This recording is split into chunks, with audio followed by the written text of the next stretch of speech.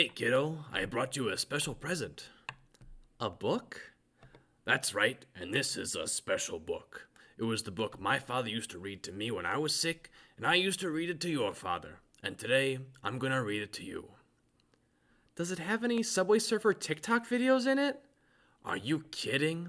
Fencing, fighting, torture, revenge, giants, monsters, chases, escapes, true love, miracles? That doesn't sound too bad. This adapted excerpt from the film, The Princess Bride, serves as a perfect introduction to today's topic of how storytelling can be linked to our health and human nature as a whole. Hello everyone, my name is Logan Anderson. I am a biology major, communication minor at St. Norbert College, and today we'll be talking about communicated narrative sense making and how it connects to our world as a whole. So, what is communicated narrative sense making all about? Abbreviated as CNSM, communicated narrative sense making is all about how storytelling works as a kind of a human behavior. So it is connected to our health and well-being, like I touched on before, but also it's mainly interested in the content and the process of how we tell stories. So content is all about what we story about, whereas the process is much more how we tell that story to the listeners. And then again, that health and well-being bit can be either individual or it can be relational with those that you're sharing the story with.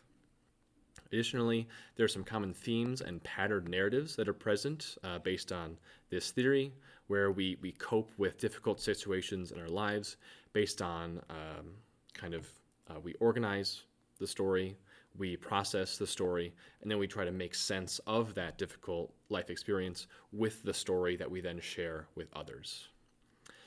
We essentially manage our existence. That's pretty much what this theory is all about. And again, it all depends on how we cope with those difficult experiences. Additionally, that last point of retrospective, interactional, and translational storytelling, those are all kind of different methods you can study the storytelling process with this theory, where retrospective storytelling is much more interested in the lasting impact of stories we either hear ourselves or we tell.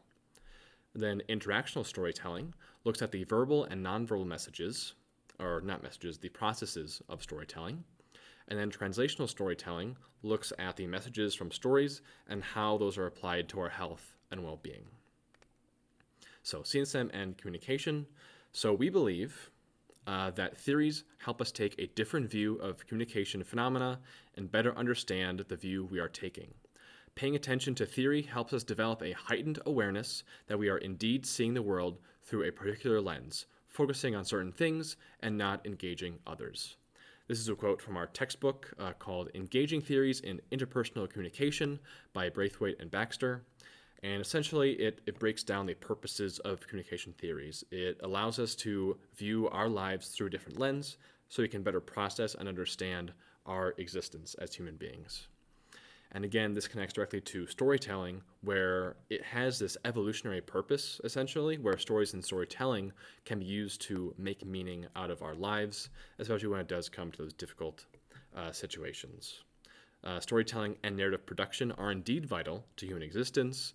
And like I said, we see stories pretty much every day in our daily lives, where it's just sitting with friends at the lunch table, in the classroom, or even taking in news reports from TV. We also make up stories in our own minds to help us go through the difficulties of life. When it comes to research and applications, there are a handful, but we'll look at some empirical research from a few of the kind of main key articles looking at communicated narrative sense making. So some recent CNSM research includes studies based on family narratives, especially. There's also narratives of miscarriage between couples, as well as understanding how grandparents make meaning as they become caregivers for their grandchildren. So we'll start with that first one. Koenig Kellas's Family Narrative Storytelling and Meaning Construction. It emphasizes that family stories are ways to transmit values, beliefs, and then family identity between generations. Without those stories, we can't have meaning. The families become arguably unknowable. And it's really not the way you want to go as a family unit, is not sharing those stories. Before we continue though, narrative can be defined as means people use to socially make sense of their relational lives when sharing stories. Now, going back to that family narrative bit, they can be understood through socio-historical lenses, which looks at how like religion shapes families implicitly and explicitly. And then there's also theoretical and methodological viewpoint of this, which is how family members share stories, whether that be in person, over the phone, video calls, Skype, things like that. And those are the two avenues you can take, at least they took with this theory. Essentially, this article emphasized that narratives help people make sense of and organize complex life experiences, like I mentioned, for families especially, as they have this collective narrative that exists as the family unit, which can then lead to improved well-being in that family unit. Then going to Holman's analysis of well-being and miscarriage narratives, they examine how spouses cope with the traumatic experience of miscarriage as individuals as well as relational units. Like I said, storytelling is both individual at the individual level, but also at the relational level. So along with narratives, they found common themes that would come up. The themes included hope lost, which was the most common. They had factual, time heals, helpful support, unhelpful support, cautiously optimistic, and guilt and shame were common themes. Narrative theme is kind of the inverse of narrative sequence. Narrative sequence is the progression of emotions through a story. In general, there are 3 narrative sequences. There is redemptive, which is from kind of neutral to negative, increasing to a more positive note towards the end of the story. There's contaminated, which starts neutral or positive, but then gets to negative by the end of the story. And then ambivalent, which is pretty much neutral, or at least the same level the entire way. And this study found that it was the most common among spouses who had miscarriages recently. In general, they found that there was higher relational satisfaction for couples with different themes, but the same sequence. They're more likely to be on the same page, but they're also there to fill in each other's weaknesses with each other's strengths, respectively. Again, the article emphasized open dialogue between spouses, putting the marriage essentially above every other aspect of their individual self, and they use storytelling to help them make sense of that difficult and traumatic experience of a miscarriage. Lastly, Freeman's examination of grandparents adjusting to be caregivers talks about how in kind of like grand families where storytelling is necessary for the grandparents who are now in charge of taking care of their grandchildren for a plethora of reasons. There are some common themes that came up again. There was the safe haven, which is a more kind of, the grandparents said they were stable caregivers for the grandchildren. There was the collaborative caregiver, which is the grandparent working with the blood parent specifically. There is the second chance caregiver, which is where the caregiver, the grandparent, examined how they raised their own kid versus their grandchildren and kind of comparing those two to each other. And there's also the disenfranchised caregiver, which is a situation where the grandparent was no longer caring for the grandchildren or grandchild, but they used to, and how they kind of navigate that change in situation. And even change in identity as well. But with that change in identity, they can use stories to make meaning from that situation. So in general, the main conclusions from this article was that there was usefulness in retrospective storytelling, which was usually fairly chronological, as a way to uncover the underlying meaning in one's life and how individuals can take a potentially negative situation but turn it into a more positive one. So let's look at some real-world applications of communicated narrative sense-making. So, along with these research-heavy analyses of CNSM, there are also cases where you can glean truly applicable and topical information from this analysis of story. So in Brann's sense-making following birth during COVID lockdown, the researchers used women who had given birth between March and July of 2020 to see how they kind of told that birth story, that delivery story.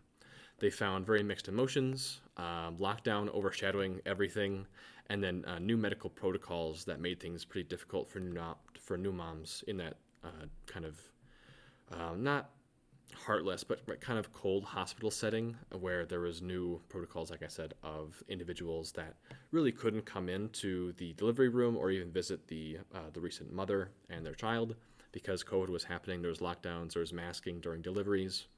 It was a whole thing. For example, an example of a story that a mother told was one mom said, quote, "I gave birth on April 15th at 33 weeks gestation. Baby stayed in the NICU for 5 weeks. And either my husband or I visited him daily, Only one parent was allowed to visit the baby at a time, and since he went directly to the NICU, the first time both parents were in the same room was when I brought him home. This article noted how discussing these difficulties with those who had similar experiences, similar wives who had given birth, it was spouses mostly, that similar experience sharing could help them reframe those negative emotions into a more positive and healing-centered attitude towards that tough time. Then for Lee Covid's storytelling in a post-Brexit UK, this looked at Lee Covid's bag-telling stories, specifically Ali Smith's Autumn. That book was what was focused on here. It is considered the first post-Brexit novel in the UK. So Brexit refers to the UK leaving the European Union, and this is the first book that came out kind of discussing that topic. They found that there were mixed narratives and general mistrust in the environment after this event occurred, but that negative situation, again, can encourage individuals to make a positive of that, to stand up as to be agents of change, connection, and greater communication. There's also heavy emphasis on how stories changed over time, which showcased in a scene where the characters are kind of building this one-sentence stories with each other. There was a time when, my group of friends, we were doing something similar where it was a one-word story, and it was just crazy to go around and kind of build a narrative together, but also in a completely dysfunctional way that we came up with a sentence that reads, quote, "The frogs waged war for control of all grandmothers who sit in Congress." I guess it had to be there. I don't know. But that kind of goes back to how storytelling can really build those bonds with the people who share that experience with you. Lastly, in Talladay Carter's CNSM and Bereavement following terminal illness, it found that, the researchers stuck to families who recently coped with the loss of a loved one due to a terminal illness.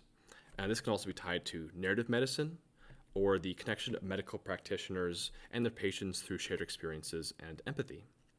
Some common themes that came up in this article were illuminating identity, where the family kind of made sense of that loss by telling who that family member was to them and what values they possessed in their lives. Honoring dignity was another theme, where they communicated the humanity and legacy of the individual who passed. Sharing connection, where people cope together despite some regrets they may have had. There was transforming expectations, where the individuals adapt to new roles and support systems that occurred due to that illness. That was reconfiguring relationships, was the new roles. Transforming expectations is the processing of emotions about the future, perhaps. What happens now that this loved one has gone, and how do we tell stories to kind of help us understand this difficult situation? There's also evolving beliefs, where some experience a loss or strengthening of spiritual or religious beliefs, and then looking out, which again is making sense by giving back to the community and looking more towards the future instead of dwelling on the past. The main takeaway was, though, once again, that the power of storytelling is a great coping mechanism for difficult times, and we can improve ourselves and those around us by building connections and empathy by sharing the stories that we experience. So, now that we've walked through some real-world applications of communicated narrative sense-making, in the next video, we're going to talk about communicated narrative sense-making in film. So, we'll see you there. Thanks for listening.